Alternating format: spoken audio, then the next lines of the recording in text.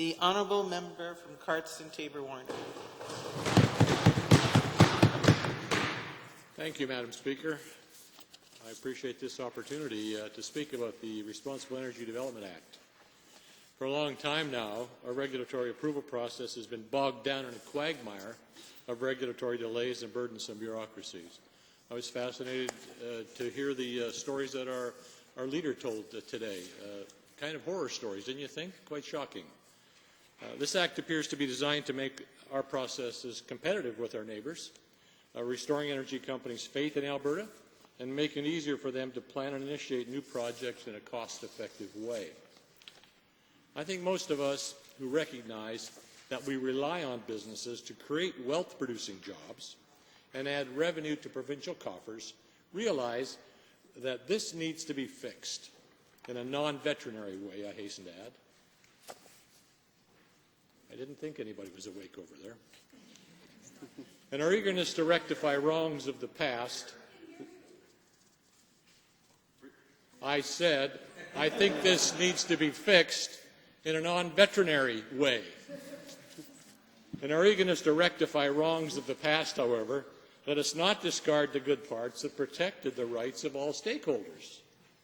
Whether intentional or not, certain landowner rights will be removed, specifically Section 26, standing rights under the Energy Resources Conservation Act, if the current form of this bill proceeds without amendment.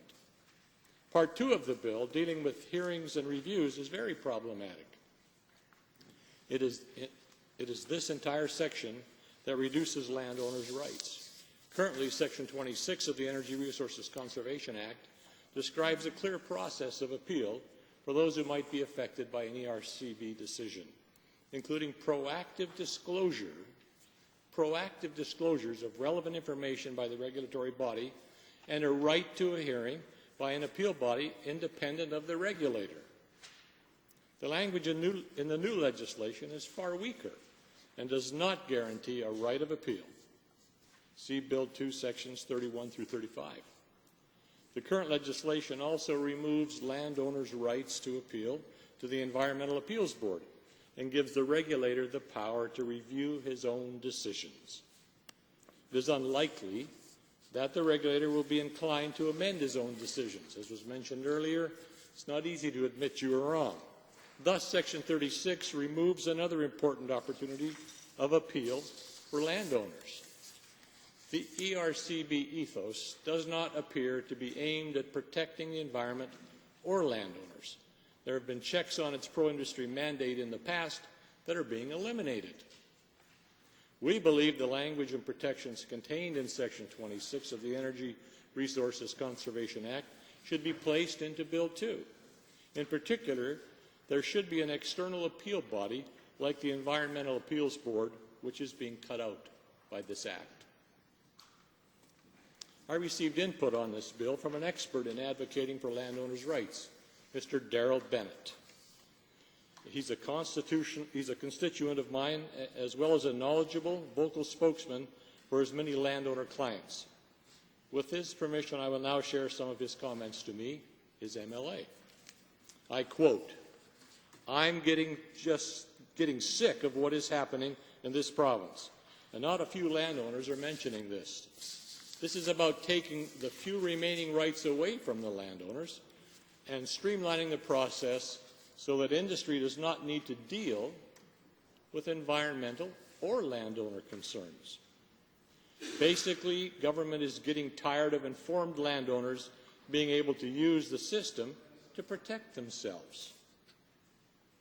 I'm really concerned about putting the reclamation and remediation under the same regulator that gives licenses in the first place. It's like the fox guarding the hen house." And he continues, "I'm involved with the Maddle power line right now, and it's sickening how the operator is being given preferential access to government and the regulators, and how the rules don't apply. They're contriving to have information beneficial to landowners thrown out and threatening lawsuits and other actions to keep the landowners from effectively representing their cases.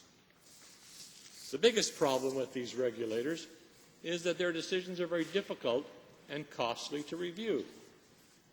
They also sanitize their decisions so that many issues brought up by landowners are not even mentioned. They ignore what they don't want to deal with and then hide behind administrative law, which states that their decisions only have to be reasonable. How do you determine what's reasonable? When they edit the information they rely on. This is the government's way to remove judicial oversight and fairness from the system so that they can confiscate private resources to benefit the big players who donate to their campaigns. Then they use intimidation or regulation to shut down the opposition. It's going to get very difficult to represent landowners in this climate. Landowner lawyers are being slashed on costs, and very few people want to work for landowners anymore because the system is so rigged against them. Close quote. Darrell's an intelligent, well-educated man. I'm sure you can sense his passion and his frustration. Variations of his comments are being echoed across rural Alberta, as you've heard from some of my colleagues. Now, democracy and fairness can be clumsy. When you believe you know what's right and you have the power, there's a tendency to ignore contrary voices. To continue to do so will appear to be both presumptuous and insensitive to the interests and needs of the weakest partners in this equation. To pass up this opportunity to create a win-win for energy companies and for the landowners upon whose property many of the energy developments will occur would be a travesty. Power corrupts. Absolute power corrupts absolutely, is a saying that hopefully this government is committed to seeing does no longer apply to it. Self-awareness precedes change. I want to talk for a minute now about the law of the harvest, a principle about natural and artificial systems. An example of that might be farming. Now, a farmer knows that if he doesn't plant in the spring, prepare the soil and plant in the spring, and do the other things necessary to tend his crops during the summer, if he decides, gee, it was a bad winter and I'm going to take the summer off and play and have a good time. Now, when fall comes, he says, well, I'm rested and ready to go. I'm going to harvest if it takes me 18 hours a day.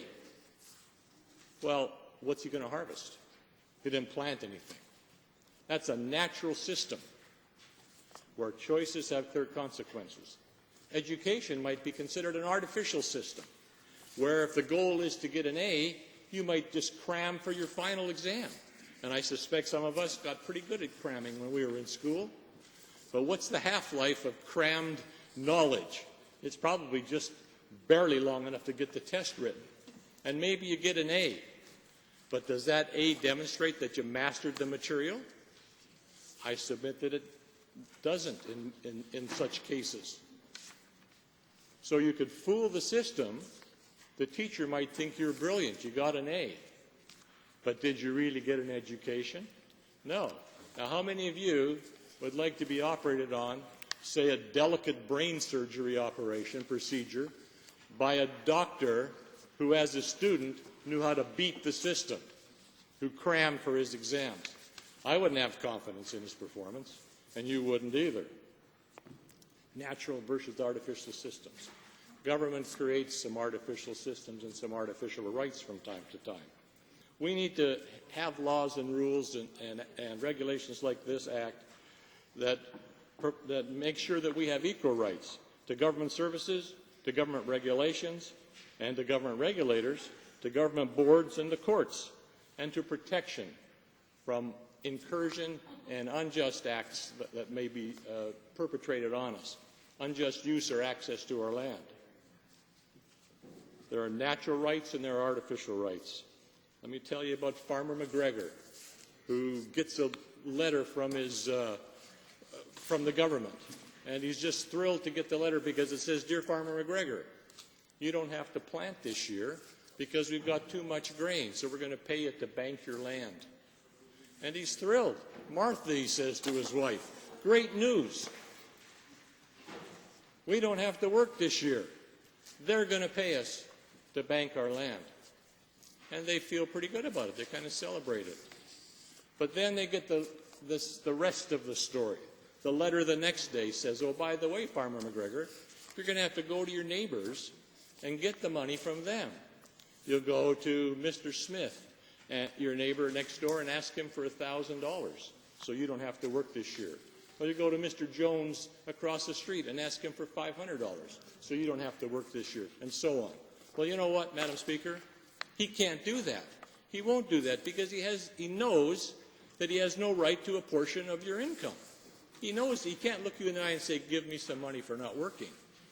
Now, if he doesn't have that right individually, what makes him think that he can delegate a right that he doesn't have to the government? The right to the government to go and to give somebody, an oil company, for example, the right to trample on somebody else's rights. You can't do that. You can't delegate. We can't collectively delegate a right that we don't individually have. I submit to you. Now, we need rules and regulations. And there are situations where government will, through rule and regulation and through rule of law, require that certain things will happen. But you can't give a right to one person without taking away another person's right. And so you have to consider the impact of our actions and the consequences of these decisions. And I think that's what's been talked about so eloquently by all of the speakers today. Now, a criminal is provided a lawyer if he can't afford one. Shouldn't a law-abiding citizen receive the same help in a civil matter in a battle against financial giants? And that's what we're talking about. That's what Mr. Bennett was talking about in his concerned comments to me. Landowners can no longer afford to engage in costly battles to defend their rights. When David went up against Goliath, his own strength and skill and God's help allowed him to conquer that giant. Who's going to help the landowner, David's? I think the system and his government shouldn't put him in that position in the first place. But if it does, then he's entitled to our help. And I think it's our obligation to see that the law and the system prevents that from happening as much as we can. But where it does happen, we shouldn't pit the landowner, David's, against the financial giants in the oil industry. Now, we want the industry to have access. We want the system to be speeded up. But it can't be at the expense of the individual rights of landowners.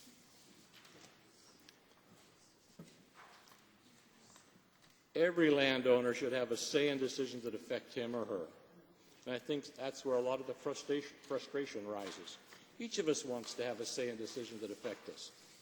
We ought to be able to, within our own government, where we're paying our taxes and voting. The democracy in Alberta shouldn't end the day after an election. You all across the way ought to have the freedom and ability to vote the way your constituents want you to. That's participatory democracy. It's essential to our freedom. It's essential to the protection that landowners need. It shouldn't just be those of us who have been chosen to represent the rural ridings, in most cases, that speak up on behalf of the landowners' rights. You all ought to be doing the same thing yourselves. And shame on you if you don't, I think, and so do they. Government ought to seek first to understand the needs and concerns of all parties before prescribing the solutions. You wouldn't have any confidence in a doctor that saw you walk in, let's say an optometrist. You walk in and he takes a look at you and he says, I think these would work for you. They've been really good for me. You ought to try them. You wouldn't go back to that optometrist. You'd turn around and walk out. Government says, we've listened to Albertans, but the evidence shows that you didn't hear. You need to listen and hear. And your actions will demonstrate that you're hearing, that you're getting the point. You understand the concerns of the people that are being affected by your decisions, who don't feel like they have a say. Why don't people show up? Yesterday, I think it was, as somebody mentioned, the finance minister perhaps, that he was puzzled by the lack of responsiveness from the citizens when given a chance to come and talk about the budgeting process. Well, after going to those kinds of things for so many years and never seeing any impact any change in what was already obviously planned, why would you continue to do that? You got better things to do. Watching Oprah, for example. You may actually learn something. Well, credibility comes from listening and demonstrating that you understand.